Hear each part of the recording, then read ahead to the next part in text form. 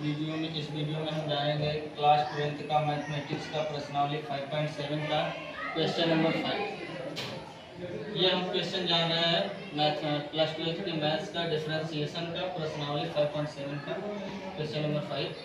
ध्यान देंगे, इसमें एक फलन दिया है उनको x क्यूब log x और बोला इसका द्वितीय अवकलज ज्ञात कीजिए।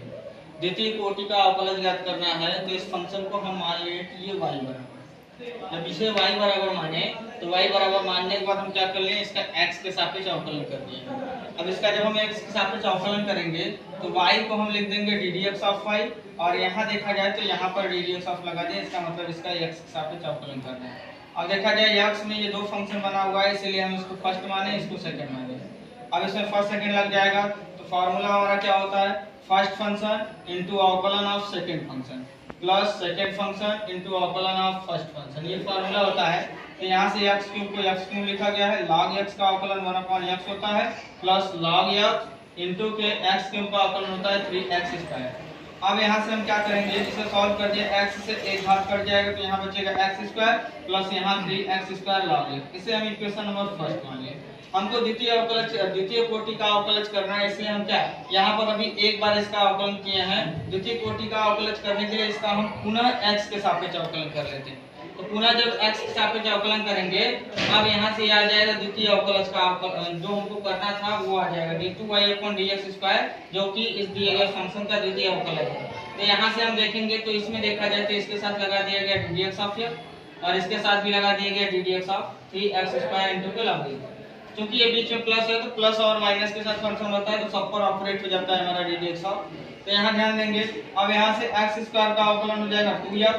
इसमें देखा जाए तो पुनः यहाँ पर फर्स्ट सेकंड लग जाएगा, 3 कांस्टेंट था इसलिए 3 को बाहर कर लिए हैं और उसके बाद x स्क्वायर log x में हम फर्स्ट सेकंड लगा दिए। तो फर्स्ट फंक्शन हो गया अवकलन of second function plus second function into अवकलन ऑफ फर्स्ट फंक्शन लिखेंगे। तो यहाँ से इसे ऐसा ही लिखा गया है 2x, और यहाँ से देखा जाए तो ये 3x स्क्वायर का x स्क्वायर को x स्क्वायर लिखे, log x का अवकलन होता है 1/x, और उसके बाद यहाँ पर हमारा log x है इनटू x स्क्वायर का अवकलन हो जाएगा 2x। ये x से 2x कट जाएगा, यहाँ हो गया 2x और यहाँ पर हम इसका मल्टीप्लाई करेंगे तो 3x हो जाएगा, और इसमें करेंगे 3 2 जा 6 यानी 3 दूनी के 6x log x हो जाएगा। अब यहाँ से 2x और 3x मिलकर ये 5x हो गया और यहाँ पर 6x log x है। तो इन सबको एक साथ इन दोनों में कॉमन मिल रहा है, इनको x को कॉमन कर लेंगे तो यहाँ हो जाएगा 5 और यहाँ 6 log x। यही हो गया हमारा क्या, इस दिए गए फंक्शन का द्वितीय कोटि का अवकलज। इस तरीके से हम द्वितीय कोटि का अवकलज इस टाइप के फंक्शन का ज्ञात करेंगे। क्वेश्चन इस तरीके से लगाया गया है। क्वेश्चन अपने तरीके से हम पूरा कोशिश कर रहे हैं कि आपको ये प्रश्न समझ में आए जो बताया जाए। प्रश्न आपको तभी अच्छे समझ में आएंगे जब ये हमारे अवकलन के पूरे फॉर्मूले याद होंगे। यदि आपको फार्मूले याद है तो जरूर समझ में आएगा, फार्मूला नहीं याद है तो मेरे पिछले वीडियो में जाकर आप देख सकते हैं, सारे फार्मूले का हम बनाए हुए वीडियो।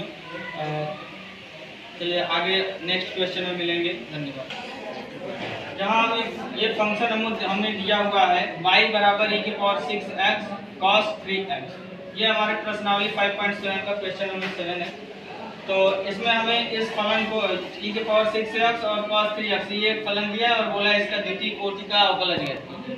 तो हमें नहीं मालूम ये फंक्शन किसके बराबर, इसलिए हम इसको मान लिए हैं y बराबर। अब इसका पहले एक बार अवकलन करते हैं तो x के सापेक्ष अवकलन कर लेंगे। तो x के सापेक्ष इसका अवकलन करेंगे, x के सापेक्ष अवकलन करने पर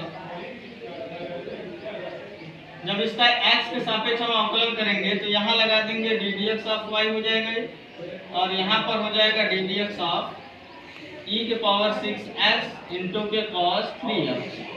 अब ध्यान दिया जाए तो इसमें हमारा पुनः यहाँ पर बन जा रहा है फर्स्ट और ये सेकंड, दो फंक्शन है तो दो फंक्शन वाला फार्मूला लगा लेंगे फर्स्ट और सेकंड। तो ये फार्मूला होता है फर्स्ट फंक्शन इनटू के अवकलन ऑफ सेकंड फंक्शन प्लस के सेकेंड फंक्शन इनटू के अवकलन of first function. First function हमारा e⁻6x ये लग जाएगा।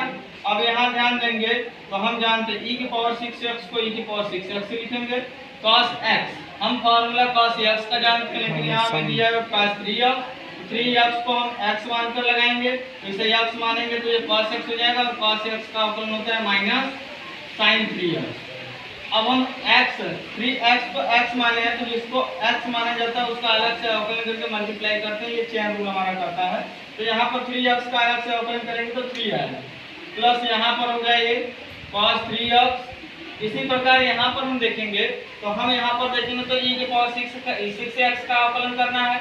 हम जानते हैं e की पावर x का फॉर्मूला, तो इसलिए 6x को हम मानेंगे x, तो e की पावर 6x को x मान लेंगे तो e की पावर x का होता है e की पावर x हमारा ये लग जाएगा। अब x माने हैं 6x को, तो इसका अलग से अवकलन करके गुणा करेंगे तो 6x का अवकलन हो जाएगा 6।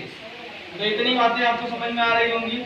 चलिए आइए आगे हम देखते हैं। अब इसे हम मल्टीप्लाई करेंगे तो ये हो जाएगा -3 e के पावर 6x इंटू के साइन 3x, और यहाँ हो जाएगा हमारा प्लस 6 e के पावर 6x इंटू के cos 3x।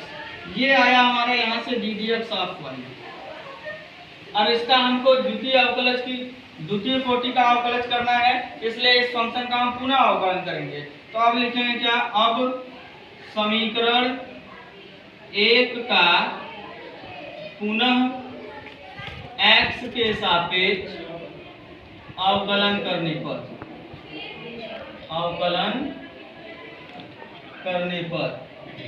तो इसका हम पुनः x के सापेक्ष अवकलन करेंगे।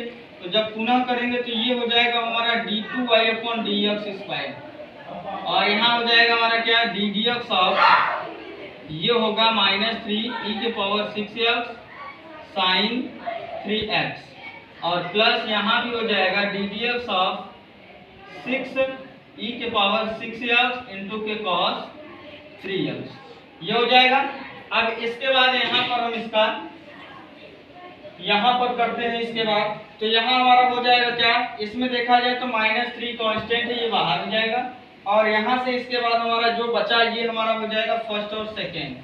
तो पुनः लगा देंगे हम इसमें फर्स्ट और सेकेंड। तो फर्स्ट फंक्शन हमारा है e के पावर 6x इंटू अवकलन ऑफ सेकेंड फंक्शन। तो सेकेंड फंक्शन यहाँ पर हमारा साइन 3x है, तो ये हो जाएगा साइन 3x, प्लस के सेकेंड फंक्शन यहाँ से हो जाएगा हमारा साइन 3x इंटू के अवकलन ऑफ फर्स्ट फंक्शन। तो फर्स्ट फंक्शन हमारा e के पावर 6x है, ये आ गया यहाँ से हमारा इसका। अब नेक्स्ट में चलेंगे तो यहाँ पर 6 कांस्टेंट है, तो इसे 6 को बाहर कर लेंगे। 6 को बाहर करेंगे तो यहाँ हो जाएगा हमारा ये फर्स्ट और ये सेकेंड। तो पुनः लगा देंगे फर्स्ट सेकेंड e के पावर 6x इंटू अवकलन of second function. Second function यहाँ पर हमारा cos 3x, प्लस के सेकेंड फंक्शन हो गया cos 3x इंटू के अवकलन ऑफ हो जाएगा यहाँ से हमारा फर्स्ट फंक्शन। तो फर्स्ट फंक्शन हमारा e की पावर 6x है, ये लग जाएगा यहाँ से। तो अब इसे सॉल्व किया जाए तो ये हो जाएगा -3 e के पावर 6x, इसका अवकलन करेंगे तो sin x, यहाँ sin x लगाएंगे और x के स्थान पर 3x है, उसका अलग से अवकलन करके गुणा करेंगे।